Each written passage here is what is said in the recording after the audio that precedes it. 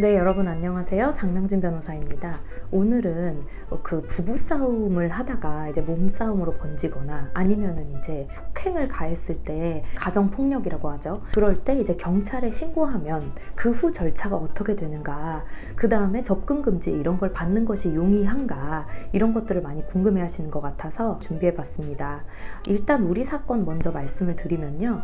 우리 사건에서는 남편이 아내에게 30cm짜리 칼을 휘두르면서 죽여버리겠다 이렇게 이야기를 했습니다. 아주 불행한 사건이었죠. 사실 폭력성은 우리 의뢰인들한테 얘기를 들어보면 단 1회나 아주 단발성으로 그치는 경우가 많지는 않은 것 같습니다. 그래서 이런 걸 당하다 결국에는 우리 의뢰인이 경찰 신고를 하게 되신 거죠. 경찰한테 도움을 요청할 수밖에 없었던 그런 상황이었고, 이제 그 다음에 어떤 일이 벌어지는가, 가정법원에 이혼 소송을 하고 있는데 이 사람이랑 내가 계속 같이 살아야 되는가, 이제 이런 것들을 고민을 하시고 두려워하시거든요. 이제 그렇게 되면 대부분 경찰이 출동을 해서 이제 사건을 접수를 하게 되죠. 그리고 이제 행위자, 그러니까 가정폭력을 하시는 분들도 신고를 상대방이 하게 되면 이제 접근금지라는 임시조치 결정이 내려질 수가 있어요. 그렇게 되면 그 집에서 퇴거를 하셔야 되고, 또 이제 아내, 이 사안에서는 아내가 피해자였으니까요. 이제 물론 이제 뭐 아내가 휘두르는 경우도 있을 수 있겠죠. 그렇지만 이 경우는 어쨌든 이제 남편이 휘두른 케이스였으니까 이제 그거를 가정하고 말씀을 드리겠습니다. 일단은 나가야 되고 아내한테서도 떨어져야 됩니다. 그러니까 아내의 직장, 그리고 아내의 집, 우리가 같이 살고 있던 이 주거, 이런 데에 또 이제 들어오지 못하는 이제 그런 상황이 발생이 되고, 그리고 이제 100m 이내로 접근하지 말 것, 이런 것도 나오게 되고요. 그리고 또 빼놓을 수 없는 게 전기통신을 이용해서 접근할 수 없는 거, 이제 그런 것들이 이제 조치가 됩니다. 그 임시조치 결정이라는 거는 검사가 청구하게 되어 있어요. 만약에 강서구에서 일어난 가정폭력 사건이었다면 남부지검의 검사님이 청구를 해서 남부지방법원의 판사님이 임시조치 결정이라는 걸 내리게 됩니다. 어쨌든 임시적인 조치예요. 빨리 피해자를 구해주는 거죠. 접근금지 임시조치 결정이 굉장히 많고요.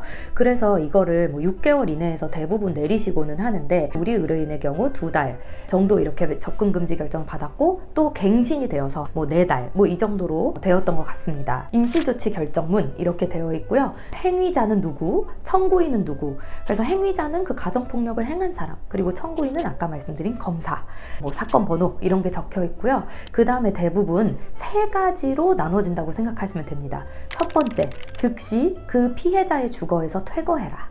이제 앞으로는 그 주거로 이제 들어오지 마라. 그래서 언제까지 그 주거에 들어가지 말라는 것도 명시가 되어 있습니다. 날짜가 명시가 되어 있어요.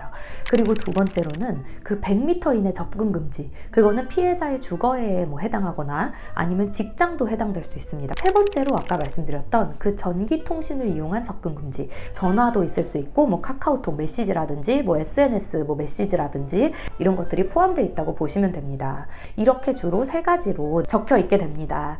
이 부분을 가장 많이 궁금해 하시더라고요. 이제 부부싸움 할 때 이런 몸싸움이 있었고, 내가 만약에 그때 경찰 신고를 했다면 어떤 게 이제 그 행위자에게 벌어질 수 있느냐. 이렇게 임시조치 결정이 나왔는데도 또 우려하시는 게, 법원에서 판사님이 딱 결정문을 줬는데도 나한테 가정폭력을 한 행위자가 이거를 지키지 않으면 어떡해요? 나한테 100m 이내 접근하지 말라고 했는데 그럼에도 불구하고 접근하고 또 우리 집에 들어오고 그러면 어떡하죠? 이렇게 걱정을 하실 수 있는데요. 그때는 이제 정말 형벌을 받을 수가 있어요, 여러분.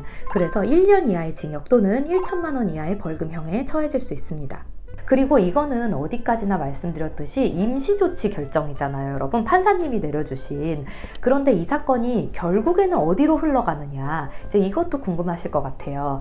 형사적인 처벌을 받을 수 있는 행위잖아요. 사실은 그 30cm짜리 식칼을 누군가에게 휘두른다, 특수협박이거든요. 근데 이게 가정폭력으로 이제 봐서 가정법원에서 보호처분을 내리느냐, 아니면 이거를 가정에서 일어난 일이지만 당연히 당연히 형사적으로도 범죄이기 때문에 일반적으로 형사 재판에 넘겨지느냐, 그거는 이제 검찰청에서 결정이 되는 겁니다, 여러분. 그 가정에서 일어난 일들은 또 정말 심각한 거는 형사 재판으로 넘겨지기도 하는데 대부분 가정법원에서 처리가 되는 것 같고요. 그리고 보호처분으로 이제 많이 종결이 되는 케이스를 많이 볼 수가 있습니다. 보호처분에는 여러분 어떤 게 있냐면 접근금지 같은 것도 임시조치도 있었지만 보호처분으로 접근금지가 나올 수도 있고요.